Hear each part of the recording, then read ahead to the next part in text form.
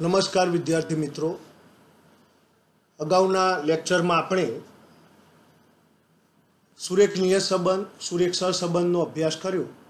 आज आपणे प्रकरण 4 सामयिक श्रेणी एना विषे अभ्यास करीशुं।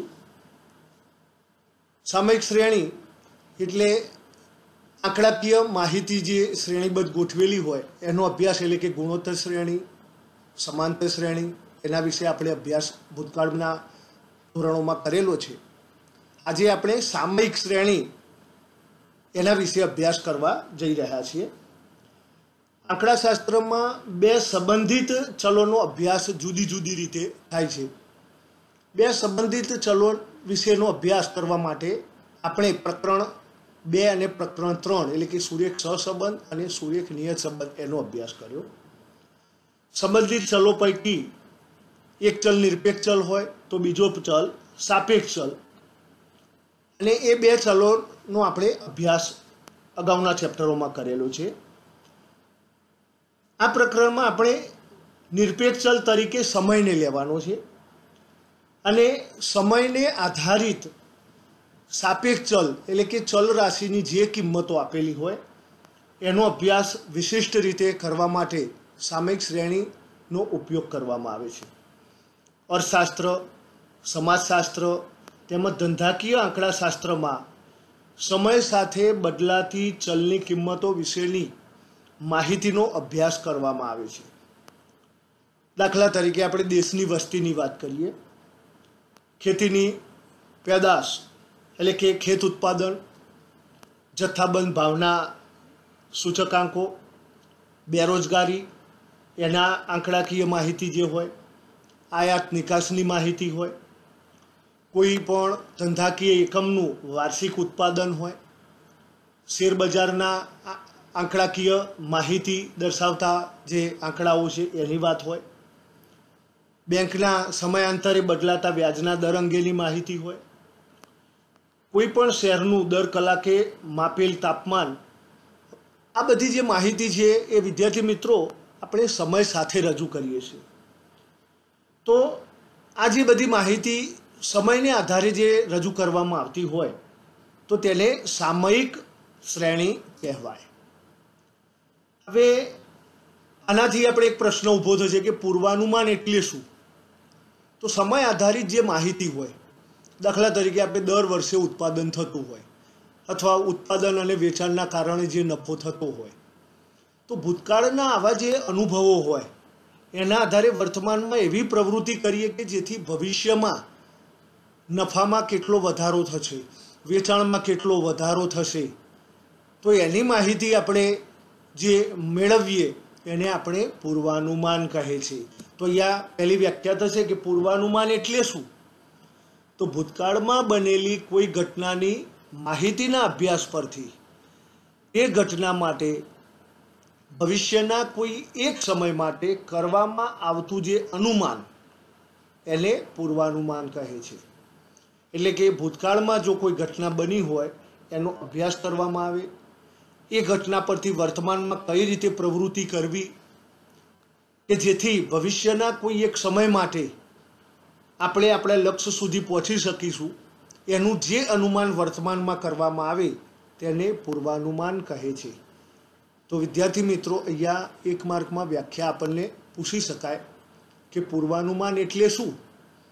तो भूतकाळ में बनेली कोई घटनानी माहितीना अभ्यास परथी ते घटना माटे भविष्यना कोई एक समय माटे करवामां आवता अनुमानने पूर्वानुमान कहे छे। हवे सामयिक श्रेणीनो अर्थ आपणे जोईए।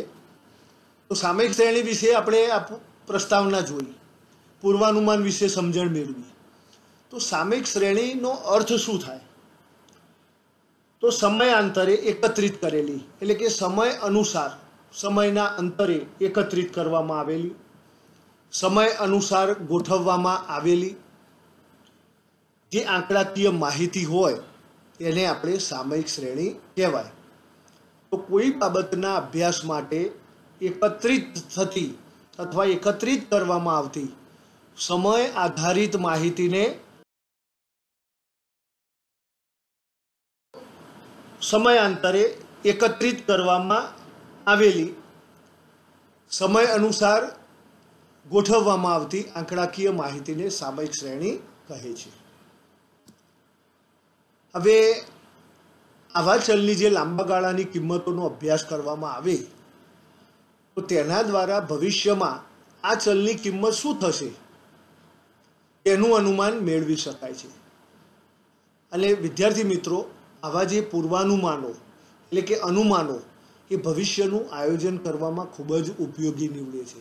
દાખલા તરીકે અત્યારે હાલ વેચાણની જે પરિસ્થિતિ હોય અને એના આધારે અત્યારે જે નફો થતો હોય તો એ નફામાં ઉત્તરોત્તર ભવિષ્યમાં વધારો થાય તો વેચાણમાં વધારો થાય એ માટે કયા પગલાં લેવા એનું જે આયોજન કરવું હોય તો આ પૂર્વાનુમાન એટલે કે અનુમાન અભ્યાસ કરવાથી આપણે આ માહિતી મેળવી શકીએ છીએ. એનાથી આગળ વધીએ તો સામયિક શ્રેણીની વ્યાખ્યાની વાત કરીશું. સામયિક શ્રેણીની વ્યાખ્યામાં નિયત સમયે લેવામાં આવેલ અવલોકનોનો સમૂહ. સમય આધારિત તો માહિતી છે જ, પરંતુ ચોક્કસ નિયત સમયનો ચોક્કસ સમયમાં લેવામાં આવેલ અવલોકનોનો જે સમૂહ હોય એને સામયિક શ્રેણી કહે છે. વ્યવસ્થિત વ્યાખ્યા આપણે જોઈશું તો કોઈ પણ ઘટના સાથે સંકળાયેલ ચલરાશિ વાય ની જુદા જુદા સમય ટીએ, અહીંયા વિદ્યાર્થી મિત્રો ખાસ ધ્યાન રાખીશું, અહીંયા સમયને આપણે ટી વડે દર્શાવીએ છીએ અને સમયને આધારે વેચાણ, ઉત્પાદન, આયાત નિકાસ, બેરોજગારી, રાષ્ટ્રીય આવક, જે સમય સાથે સંકળાયેલી ચલરાશિની કિંમત હોય એને વાય વડે દર્શાવીએ છીએ. તો કોઈ પણ ઘટના સાથે સંકળાયેલ ચલ રાશિ વાયની જુદા જુદા સમય ટીએ મળતી કિંમતો વાયટીના ગણને સામયિક શ્રેણી કહેવામાં આવે છે. તો અહીંયા વાયટી બરાબર જે લઈશું કે ટી એટલે વર્ષ, આપણું પહેલું, બીજું, ત્રીજું, અહીંયા જે તે વર્ષ હોય અથવા તો માસ હોય તો એને આપણે સમય ટી તરીકે લઈશું. નિરપેક્ષ ચલ છે, એને 1, 2, 3, 4 તે n સુધી દર્શાવવામાં. સમય લેવામાં આવેલ અવલોકનોનો સમૂહ એને સામયિક શ્રેણી કહેવાય. સામયિક શ્રેણીમાં ટી એ નિરપેક્ષ ચલ છે અને વાયટી એ સાપેક્ષ ચલ છે, જેને કોષ્ટકમાં આપણે નીચે મુજબ દર્શાવી શકાય. તો સમય ટી અહીંયા વર્ષ આપ્યા હોય, દાખલા કે 2011, 2012, 2013, 2014, 15, 16, તો આપણે એને 1, 2, 3, 4 એ રીતે દર્શાવીશું. એ જ રીતે જો માસ આપ્યા હોય જાન્યુઆરી, ફેબ્રુઆરી, માર્ચ, એપ્રિલ, મે, જૂન, જુલાઈ, તો પણ આપણે સમય ટીને 1, 2, 3, 4 વડે દર્શાવીશું. એ જ રીતે ચલ રાશિને વાય સંકેત વડે દર્શાવીશું. એમાં પ્રથમ વર્ષ માટેની જે માહિતી હોય એને y1 બરાબર, 2011 માટેની હોય તો y 2011, 2012 એને આપણે પણ 1, 2, 3 વડે દર્શાવીશું. સામયિક શ્રેણીના મહત્વની વાત કરીએ તો સામયિક શ્રેણીનું મહત્વ એમાં કિંમતમાં થતા ફેરફારોની દિશા અને તરાહ જાણી શકાય છે. તો અહીંયા આપણે અગાઉ જોયું કે ભૂતકાળની કોઈ માહિતી હોય એના પરથી ભવિષ્યમાં અનુમાનો આપણે મેળવી શકીએ, બરાબર. એટલે કે ભૂતકાળની માહિતી પરથી શ્રેણીની કિંમતમાં થતા ફેરફારોની દિશા અને તરાહ જાણી શકાય છે. એ જ રીતે ભવિષ્યમાં થતા ફેરફારોનો અંદાજ મેળવી શકાય છે. શ્રેણીની કિંમતોમાં કેટલા પ્રમાણમાં ફેરફારો થાય છે તે પરથી ભવિષ્યમાં થતા ફેરફારોનો અંદાજ મેળવી શકાય છે. વર્તમાન સમયમાં આપણે જે કિંમતોમાં ફેરફાર આપણે માપ કાઢ્યું હોય, અંદાજ મેળવ્યો હોય, એના આધારે ભવિષ્યમાં કેવો ફેરફાર થશે તો એનો અંદાજ આપણે મેળવી શકીએ છીએ. એ જ રીતે સામયિક શ્રેણીનું ત્રીજું મહત્વ જોઈએ તો ભવિષ્ય માટે અગત્યના નિર્ણયો લઈ શકાય છે.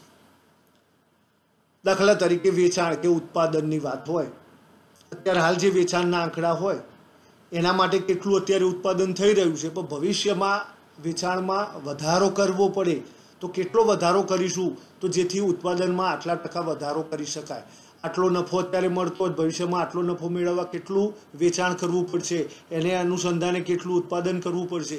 તો ભવિષ્ય માટે અગત્યના નિર્ણયો લઈ શકાય છે. માહિતીનો તુલનાત્મક અભ્યાસ કરી શકાય છે. તો 2 કે તેથી વધુ ઉદ્યોગપતિઓ હોય, સરકારી સંસ્થાઓ હોય, તેમના દ્વારા જે મેળવેલી સામયિક શ્રેણીની માહિતીનો તુલનાત્મક અભ્યાસ કરી શકે છે. એક ઔદ્યોગિક એકમ બીજા ઔદ્યોગિક એકમની જે માહિતી હોય એના સાથે સરખામણી કરી શકે છે. તો આધુનિક યુગમાં વેપાર તેમજ ધંધાકીય પ્રવૃત્તિઓમાં અત્યારે ખૂબ જ અનિશ્ચિતતાઓ પ્રવર્તી રહી છે. તો એના લીધે સામયિક શ્રેણી વડે જે માહિતી આપણે એકઠી કરી હોય તે ખૂબ જ અગત્યની બને છે. આમ સામયિક શ્રેણીનું મહત્ત્વ, સામયિક શ્રેણીના અભ્યાસને મહત્ત્વ પ્રાપ્ત કરાવે છે. તો અહીંયા સામયિક શ્રેણીનું મહત્ત્વ આપણા માટે ખૂબ જ અગત્યનો મુદ્દો છે. પ્રશ્ન પૂછી શકાય. તો અહીંયા 4 મુદ્દા આપણે યાદ રાખીશું કે કિંમતમાં થતા ફેરફારોની દિશા અને તરાહ જાણી શકાય, ભવિષ્યમાં થતા ફેરફારોનો અંદાજ મેળવી શકાય છે, ભવિષ્ય માટે અગત્યના નિર્ણયો લઈ શકાય છે, માહિતીનો તુલનાત્મક અભ્યાસ કરી શકાય છે.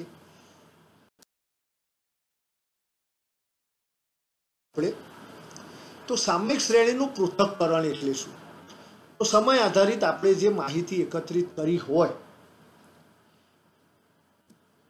એના વિવિધ લક્ષણોનો જે આપણે તારવ્યા હોય, તો એ લક્ષણોનું અનુમાન મેળવવાની જે પદ્ધતિ છે એને આપણે સામયિક શ્રેણીનું પૃથક્કરણ કહે છે.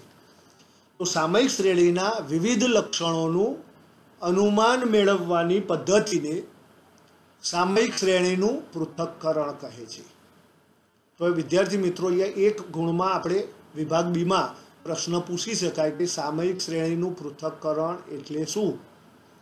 તો સામયિક શ્રેણીના વિવિધ લક્ષણોનું અનુમાન મેળવવાની પદ્ધતિને સામયિક શ્રેણીનું પૃથક્કરણ કહે છે.